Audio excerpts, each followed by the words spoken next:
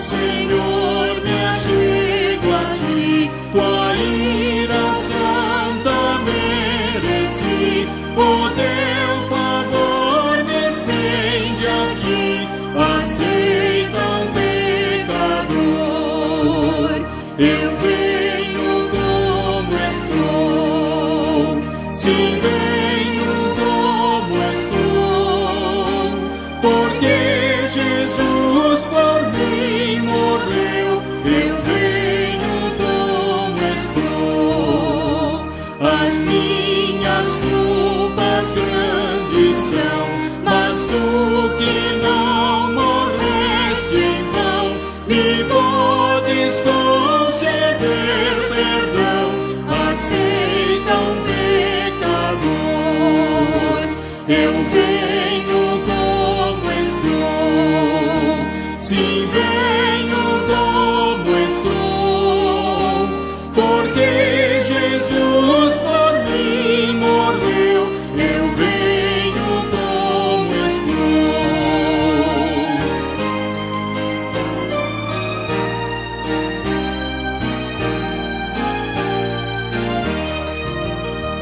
Oh, vem agora, Salvador, livrar-me por teu grande amor, pois tu, Jesus, és meu Senhor, aceita um pecador, eu venho como estou, sim, venho como estou, porque Jesus por mim morreu, eu venho como estou. Amém.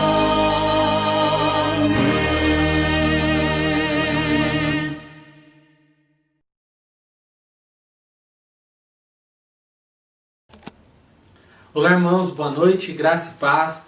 Mais um tempo que a gente tem juntos, ainda aqui pela internet, aí pelas redes sociais, mas que realmente nós possamos nesse momento dedicarmos todo esse tempo para ouvirmos a palavra de Deus e para compreendermos mais sobre a sua vontade, que é boa, perfeita e agradável.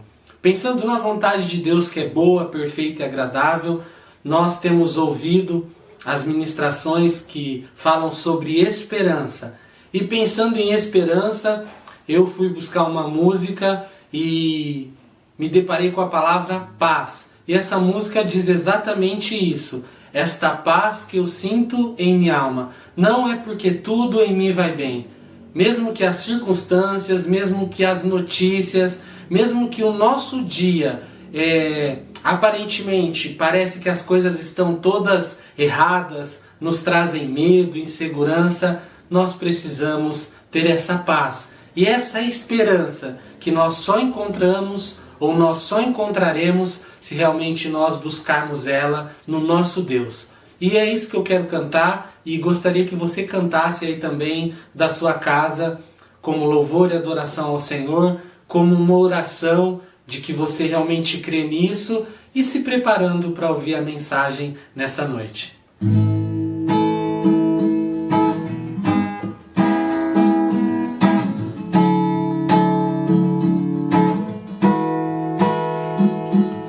Esta paz que eu sinto em minha alma não é porque tudo em mim vai bem. Esta paz que eu sinto em minha alma é porque eu amo o meu Senhor. Não olhe as circunstâncias, não, olhe seu amor. Não me guie por vista, alegre estou. Não olhe as circunstâncias, olhe o seu amor. Não me guie por vista, alegre estou.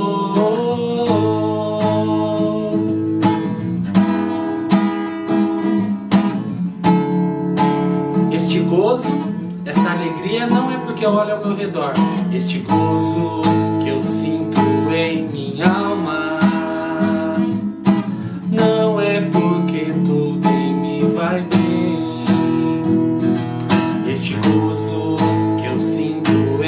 minha alma.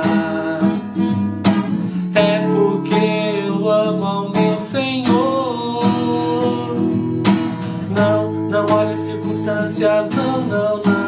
Olhe o seu amor, seu grande amor, não me guie por vista. Alegre estou. Não olhe as circunstâncias, não.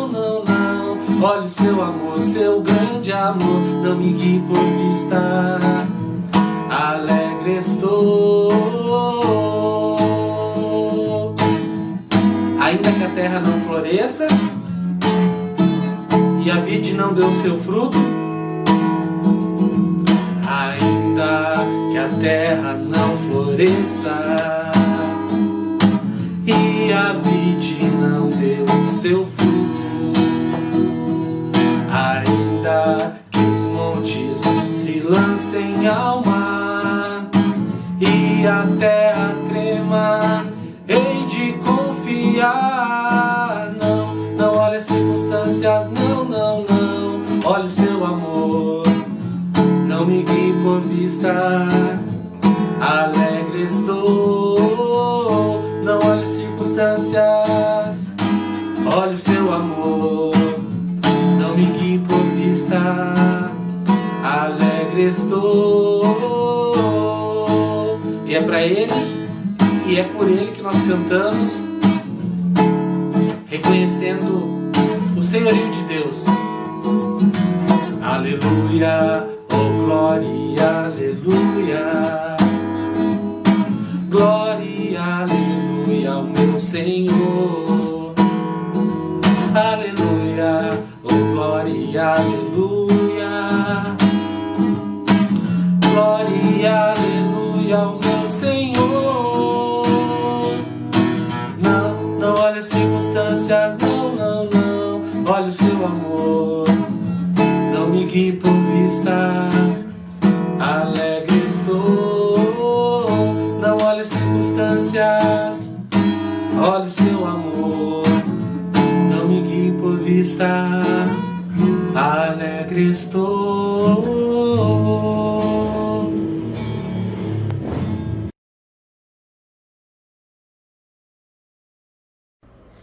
Graça e paz, meus irmãos. Esse domingo à noite eu quero trazer uma mensagem que, é claro que em primeiro lugar falou ao meu coração em todas as situações que nós passamos nesse ano e agora nesse ano que se inicia também, né? Estamos em janeiro, acabando o mês de janeiro, mas a mensagem que eu tenho para você é a mensagem que eu falei ao meu coração durante toda essa semana. Não desanime. E eu falo isso olhando para os evangelhos, eu falo isso olhando para a Bíblia, porque a Bíblia ela é recheada de contrastes entre as coisas terrenas e as coisas espirituais e nos faz perceber o quanto Deus nos ama e quanto Deus nos conduz.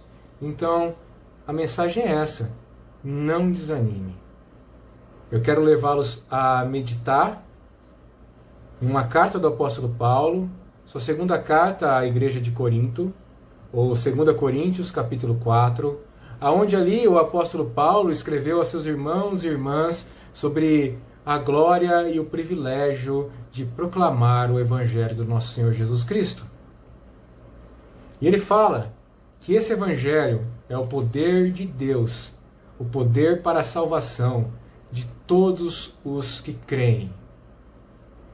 Mas nós também sabemos que proclamá-lo não é um trabalho fácil.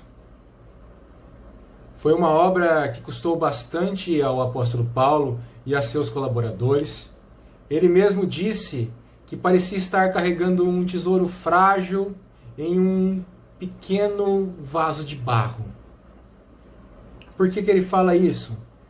Porque nós já vemos um homem na sua maturidade, um homem que sofreu perseguições por pregar esse evangelho, um homem que teve um alto custo por pregar o evangelho, mas ele não permitiu que esse alto custo o impedisse de proclamá-lo, porque a sua própria fragilidade humana na pregação acabou também por exibir a glória e o poder do mesmo Senhor Jesus que ele proclamou.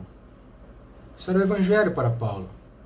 Então o texto que nós vamos ler esta noite se encontra em 2 Coríntios, capítulo 4, versos de 16 a 18. Enquanto você abre a sua Bíblia, em 2 Coríntios, capítulo 4, versos de 16 a 18, eu o convido a, junto comigo, orar pedindo a iluminação e a graça do nosso Senhor Jesus Cristo e a aplicação do Espírito Santo desta palavra em nossas vidas. Vamos orar? Pai, em nome de Jesus, nós te bendizemos por tudo que o Senhor tem feito por nós, pela salvação em Cristo Jesus. Senhor, em nome de Jesus, nós te pedimos que o Senhor possa realmente nos fazer entender esta palavra agora. Que ela venha nos guiar por caminhos seguros, por caminhos de vida verdadeira. Que ela venha abrir os nossos olhos da fé e nos trazer, Deus, a uma realidade onde iremos todos juntos perceber que é o Senhor que tem cuidado de nós. Que possamos, tal como o apóstolo Paulo fala nesta passagem, não desanimar. Em nome de Jesus que nós oramos, é claro.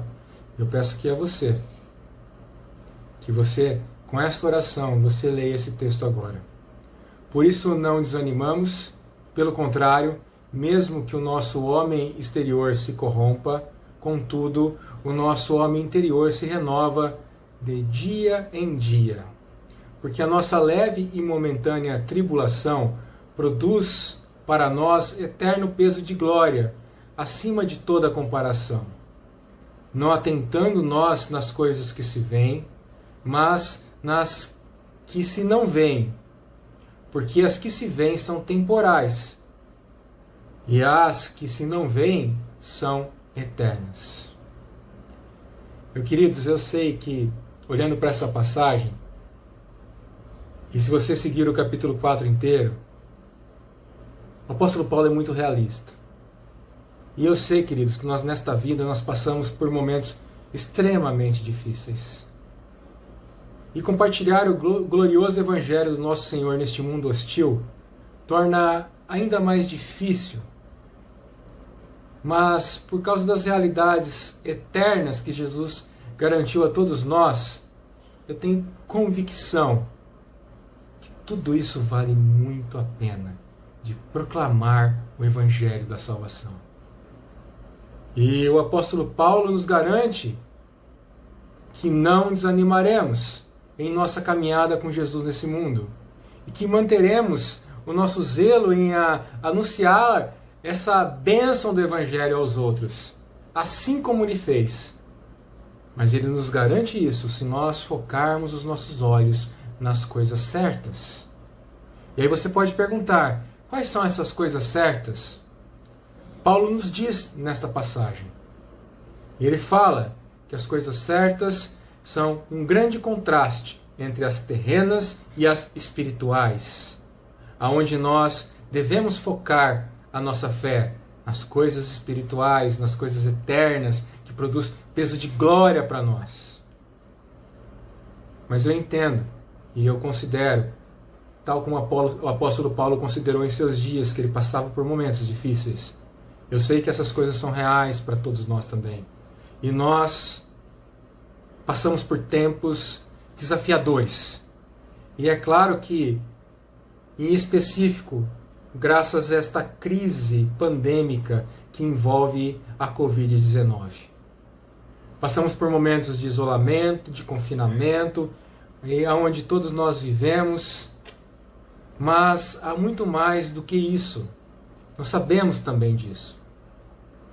A pandemia, ela é apenas um desafio lançado em cima de todo um emaranhado de convulsões, de mudanças sociais e políticas que temos vivido nesses últimos anos. Mas com tudo isso, nós percebemos também que tem crescido uma grande hostilidade cultural em relação à fé cristã em geral e à fé evangélica de uma maneira particular, específica. E as coisas têm levado a muitos cristãos a cansarem ou terem uma visão mais desesperada da situação que está ocorrendo. Seja por meio dessas mudanças radicais, seja por meio da pandemia e pelo isolamento. Então tem ficado muito fácil para nós, vamos assim dizer, entre aspas, como seguidores de Jesus, perder o nosso entusiasmo e a motivação pelo trabalho árduo que é de ser sal e luz nesse mundo. Mas já falando de contrastes, por outro lado, não há um período mais claro para nós falarmos o Evangelho e mais necessário para falarmos o Evangelho do que esse que nós estamos vivendo. Não deixamos que nada venha nos desviar desse trabalho de proclamar o Evangelho da salvação. Meus amados, todos estamos procurando, por exemplo, e desejando, de uma maneira muito forte, a cura do Covid-19. Isso é real para mim, isso é real para você. Eu creio que é um motivo importantíssimo de oração. Nós sabemos que nesse momento o nosso estado foi proclamado sexta-feira que estamos voltando para o vermelho. Nós esperamos em Deus que Ele tenha misericórdia de nós e que possa haver a cura. Isso, se chegasse, eu sei que é uma grande notícia, é uma coisa que eu também espero. Todos nós também esperamos que os líderes políticos desse país, eles possam distribuir essa vacina, que possa ser eficaz, e possa ser eficaz não só a vacina, mas o programa também, para disponibilizá-la a toda a população. E mais uma vez aqui eu falo, isso é motivo de oração. Mas um outro contraste muito necessário e muito pontual, aonde nós precisamos focar a nossa visão, é justamente no Evangelho. Porque o Evangelho tem poder. E nós sabemos, como um povo que quer em Cristo, que somente o Evangelho pode mudar uma pessoa de dentro para fora e torná-la uma pessoa mais piedosa. Nós sabemos que somente o Evangelho, ele oferece perdão genuíno, cura relacional e verdadeira redenção. Nós sabemos que somente o Evangelho é capaz de tornar possível uma reconciliação profunda entre pessoas que devem e precisam amar umas às outras. Só o Evangelho pode transformar verdadeiramente, só o Evangelho pode trazer cura verdadeira. E com isso eu não quero dizer que todas as demais coisas sejam preocupações irreais. Não! Mas o que eu estou pedindo, que você não desanime e que você tenha esse olhar de esperança, mas que a sua esperança nasça do Evangelho. Porque, no fim, nós sabemos que só o Evangelho, não será nenhum líder, não será nenhum movimento social, não será nenhuma outra mensagem, mas só o Evangelho traz cura verdadeira e cura eterna. E somente nós, então, como seguidores de Cristo, oferecemos essa mensagem transformadora. Então eu queria que você pensasse um pouco sobre a sua experiência, sobre como você tem vivenciado a sua experiência em relação às coisas que você tem passado nesse momento. Porque se você é como eu e precisa desse suporte das pessoas, eu creio que você também precisa. Então eu preciso para falar novamente para você, não desanime, porque muitos de nós estão exaustos e profundamente ansiosos quanto ao futuro. Eu já fiz essas perguntas, mas eu quero fazê-las de uma maneira mais clara agora nessa noite. Ansiosos em relação se nós estamos seguros, teremos emprego, nossas famílias e nossos amigos, eles ficarão bem. Será que o próximo ano, esse que começou agora, e nós estamos há uma semana de entrar, uma semana e pouquinho de entrar em fevereiro, será que ele será mais difícil que o outro? Eu sei, queridos, que todas essas perguntas e todas essas preocupações, elas são temporais. Mas eu também sei que todas elas são preocupações reais de todos nós. Só que há uma questão aqui. Todas elas, muitas vezes, nos distraem. Elas nos oprimem. Elas fazem com que o viver ou a vida cristã pareça uma constante escalada difícil, como se você tivesse com uma grande rocha em suas costas e sozinho estivesse escalando essa montanha. Não. Eu sei que quando nós olhamos através desse prisma, seria fácil perder a motivação, o entusiasmo pelo Evangelho nesses tempos, porque nós temos diversos enfrentamentos pessoais. Mas eu queria que você olhasse novamente nesta palavra do apóstolo Paulo em 2 Coríntios capítulo 4, no verso 16, seu início. Por isso não desanimamos. Qual foi a coisa que ele não desanimou? Se voltarmos ao que ele escreveu, antes nós vamos descobrir o que Paulo disse. Então eu quero levá-lo agora a ler este mesmo capítulo 4, mas a partir do verso 7 até o verso 15. Eu peço que você me acompanhe nessa leitura, que você perceba o porquê ele não desanimou. Ele fala assim, o apóstolo Paulo: temos, porém, este tesouro em vaso de barro, para que a excelência do poder seja de Deus e não de nós. Em tudo somos atribulados, porém não angustiados, perplexos, porém não desanimados, perseguidos, porém não desamparados, abatidos, porém não destruídos, levando sempre no corpo o morrer de Jesus, para que também a sua vida se manifeste em nosso corpo. Porque nós, que vivemos, somos sempre entregues à morte por causa de Jesus, para que também a vida de Jesus se manifeste em nossa carne mortal, de modo que em nós mesmos opera a morte, mas em vós a vida. Tendo, porém, o mesmo espírito da fé, como que está escrito: eu criei, por isso é que falei. Também nós cremos, por isso também falamos, sabendo que aquele que ressuscitou o Senhor Jesus também nos ressuscitará com Jesus e nos apresentará convosco. Porque todas as coisas existem por amor de vós, para que a graça, multiplicando-se, torne abundantes as ações de graças por meio de muitos, para a glória de Deus. 2 Coríntios capítulo 4, verso de 7 a 15. Por isso, afirma o apóstolo Paulo, não desanimemos. Então qual é o segredo?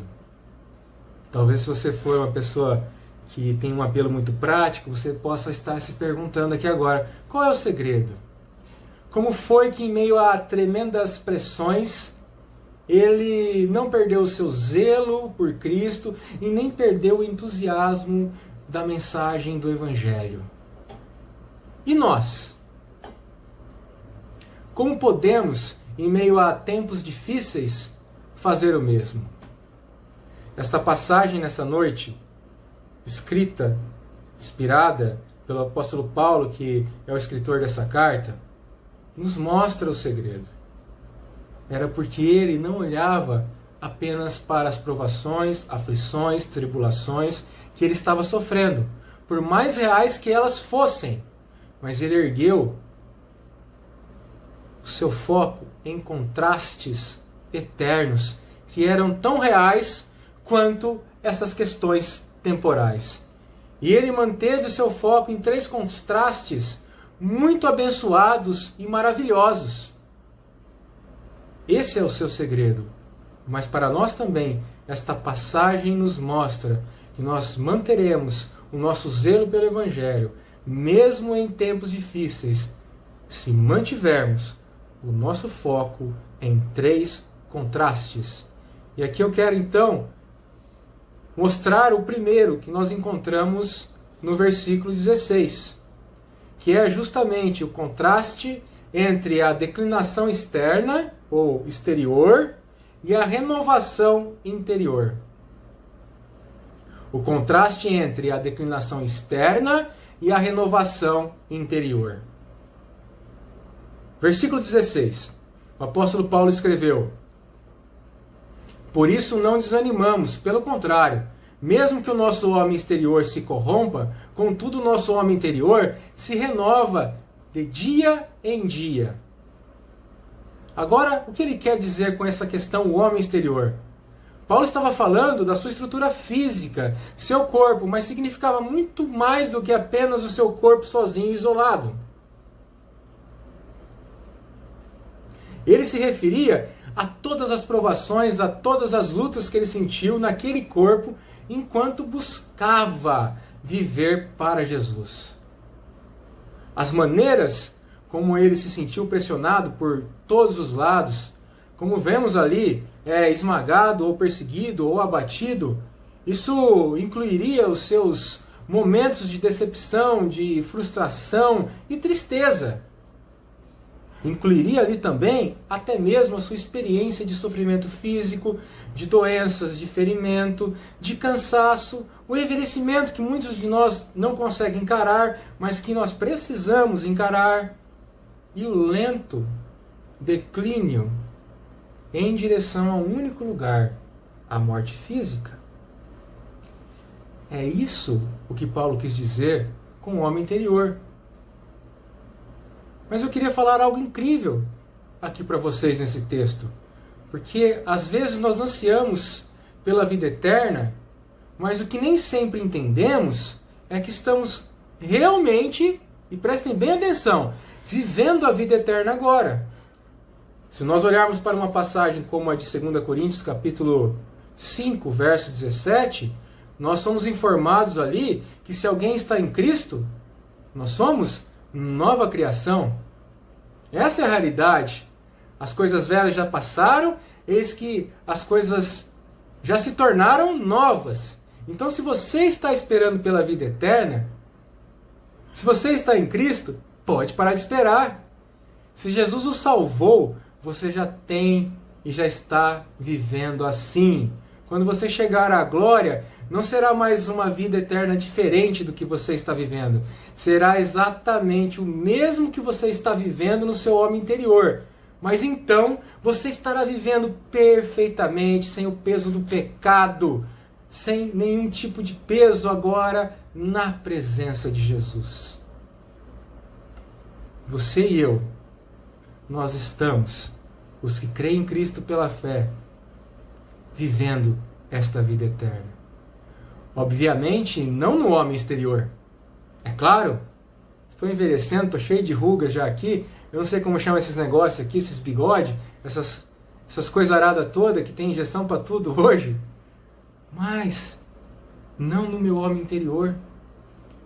E as coisas desse mundo que nos impactam, porque somos esse vaso de barro, elas estão realmente impactando o homem exterior. Mas nada disso, graças ao selo do Espírito, pode nos arrancar na mão daquele que transforma o homem interior. Mas há muito mais que isso. Paulo diz aqui que embora o homem exterior que está nesse presente continua perecendo, ao mesmo tempo o homem interior está continuamente se renovando dia a dia. Este é o contraste que o apóstolo Paulo nos exorta a manter o foco. Esta é a verdade, é esse o contraste. É a verdade que se nós estamos sofrendo declínio por um lado, decadência no nosso homem exterior, nós sentimos isso a cada dia. As pressões desse mundo nos faz sentir isso. Até mesmo as lutas que temos. E nós precisamos admitir isso. É uma realidade.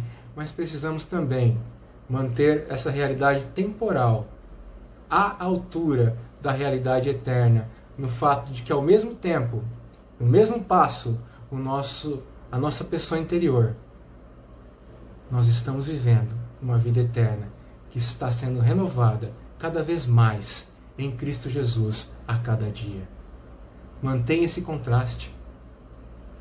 Busque esperança desse contraste.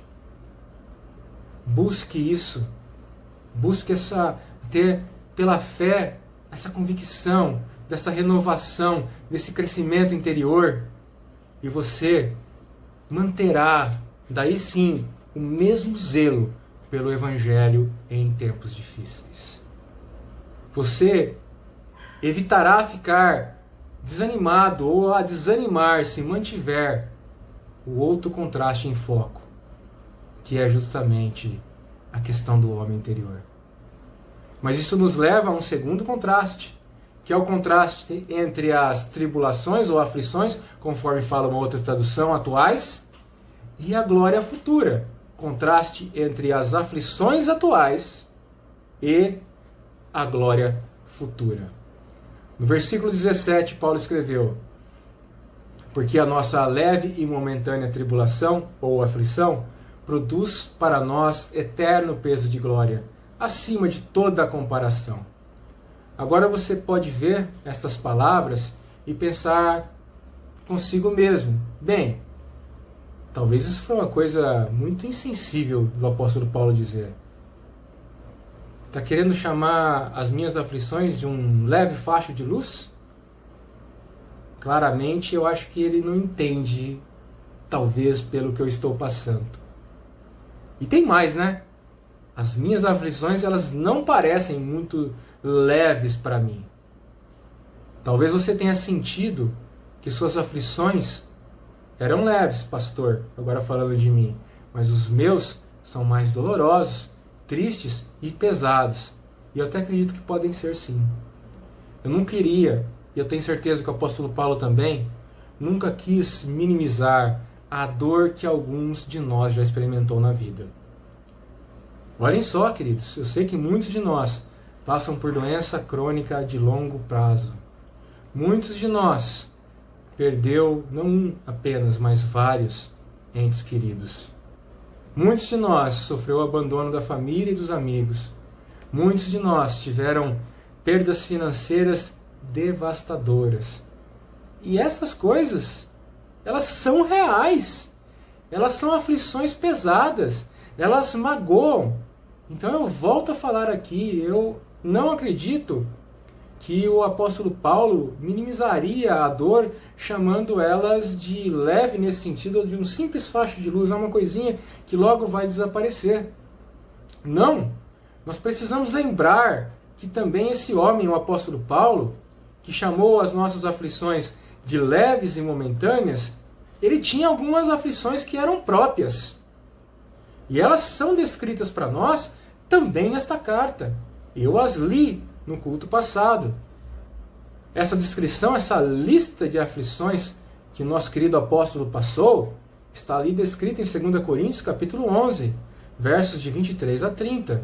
E eu quero ler novamente, porque ele listou aqui, e ele nos fala dessa maneira. Mas vamos lembrar que também esse homem Paulo, mesmo em meio a todas essas aflições, ele focou em Cristo Jesus. Olhem só, começa assim no versículo 23. São ministros de Cristo? Falo como fora de mim. Eu ainda mais. Em trabalhos muito mais em prisões, em açoites sem medida, em perigos de morte, muitas vezes. 5 vezes recebi dos judeus uma quarentena de açoites, menos um. Fui 3 vezes fustigado com varas, 1 vez apedrejado em naufrágio. 3 vezes, 1 noite e 1 dia passei na voragem do mar. Em jornadas, muitas vezes em perigos de rios, em perigos de salteadores, em perigos entre patrícios, em perigos entre gentios, em perigos na cidade, em perigos no deserto, em perigos no mar, em perigos entre falsos irmãos, em trabalhos e fadigas, em vigílias, muitas vezes em fome e sede, em jejuns, muitas vezes em frio e nudez. Além das coisas exteriores, há o que pesa sobre mim diariamente, a preocupação com todas as igrejas. Quem enfraquece, que também eu não enfraqueça. Quem se escandaliza, que eu não me inflame. Se tenho de me gloriar, gloriar-me-ei no que diz respeito à minha fraqueza. 2 Coríntios 11, 23 a 30. Então eu te pergunto agora nessa hora, meu querido e minha querida irmã em Cristo, quantas vezes você foi espancado ou espancada com varas devido à sua fé em Jesus? Quantas vezes você foi apedrejado ou deixado a morrer? Quantas vezes você recebeu 40 mais umas chicotadas? Quantas vezes você naufragou e ficou à deriva uma noite e um dia no mar? Com quantas igrejas você está profundamente preocupado de uma só vez? Quando Paulo foi chamado, isso aqui sempre me chamou muita atenção, para ser apóstolo e pregador, o Senhor disse a ele em Atos capítulo 9, verso 18: eu lhe mostrarei quantas coisas tem de sofrer por amor do meu nome. Claramente Paulo sabia uma ou duas coisas sobre a aflição. Ele sabia muito mais isso do que nós, na verdade, quando ele recebe esta palavra nesse momento. Mas ainda assim, ele a chamou de leve aflição que dura apenas um momento. Ele não estava minimizando as coisas que sofremos. Ele era realista sobre elas. Mas ele ergueu algo aqui. Ele ergueu um contraste com a glória maior, com a glória eterna, com o que essa glória produz em nós. E veja a comparação ponto a ponto que ele fez. Por um lado, ele falou de nossas aflições. Isso é real, porque elas são reais, elas são dolorosas, mas ele as contrastou com o peso de glória, que é produzida para nós pelo próprio Deus, que nos salva em Jesus. Por um lado, ele chamou as nossas aflições de momentâneas. Elas estão aqui por apenas um tempo. Mesmo durante esse tempo, eu sei que elas parecem quase intermináveis, mas elas são finitas. E em contraste com isso, ele nos leva a pensar nas coisas que duram para sempre. Mas ele comparou essas aflições temporárias com algo muito poderoso, que é a glória, que é a verdadeira glória, que é eterna. Por um lado, então, ele chama as nossas aflições de leves, as nossas tribulações de leves, mas elas parecem muito pesadas para nós quando nós estamos vivendo-as. Eu sei disso. Nós, quando estamos passando, mesmo olhando para esta palavra do apóstolo Paulo, parece que nós nos sentimos curvados pelo peso dessas coisas quando elas acometem o nosso corpo frágil. Mas ele as comparou com a glória eterna, que é totalmente melhor e tem muito mais peso para nós comparada às coisas do presente. Aqui Paulo comparou as aflições do presente com a glória futura. Mas em outra passagem, em Romanos, ele disse que não valia nem a pena fazer essa comparação. Quando você lê Romanos, capítulo 8, ali no verso 18, você vê que Paulo coloca desta forma. Eu vou ler esse versículo para você. Ele fala: porque para mim tenho por certo que os sofrimentos do tempo presente não podem ser comparados com a glória a ser revelada em nós. Romanos, capítulo 8, verso 18. Porque as coisas presentes que sofremos, elas não são nem dignas de serem pensadas em relação à glória que nós estaremos experimentando na presença de Jesus. Não há comparação. Naquele momento, não haverá lágrima, ela será enxugada. Não haverá mais morte, ela será totalmente tragada. Não haverá tristeza, não haverá choro, então, nem dor. As coisas anteriores terão passado e nós nos sentiremos sem nenhum fardo dessa vida. E nunca mais olharemos para isso, somente para a glória do Deus que está sentado no trono. Então nós devemos ir em frente e refletir sobre essa realidade de nossos tempos, pensando em relação ao sofrimento, mas refletir através de toda a verdade que a Bíblia nos traz.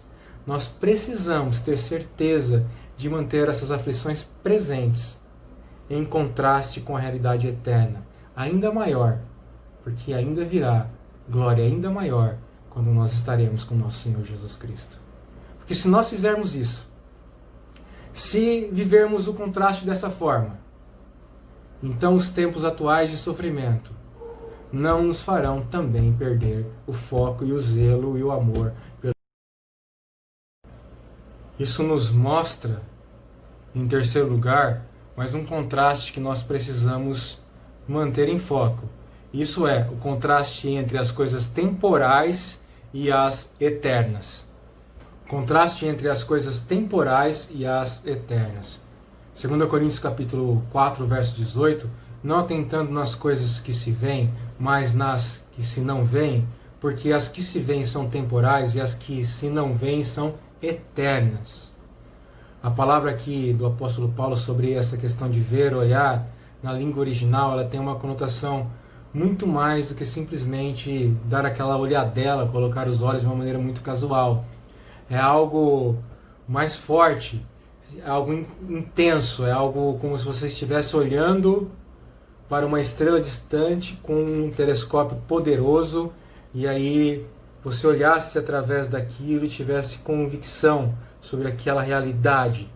Nós podemos produzir também isso dessa forma. Se nós focalizarmos para as coisas apenas terrenas, nossas vistas elas só conseguem enxergar o que nós vemos atualmente. Mas as coisas que não se veem são as coisas que nós precisamos ver pela fé. Como fala também lá em Colossenses, capítulo 3, versos de 1 a 4. Portanto, se fostes ressuscitados juntamente com Cristo, buscai as coisas lá do alto, onde Cristo vive, assentado à direita de Deus. Pensai nas coisas lá do alto, não nas coisas que são aqui da terra, porque morrestes e a vossa vida está oculta juntamente com Cristo em Deus.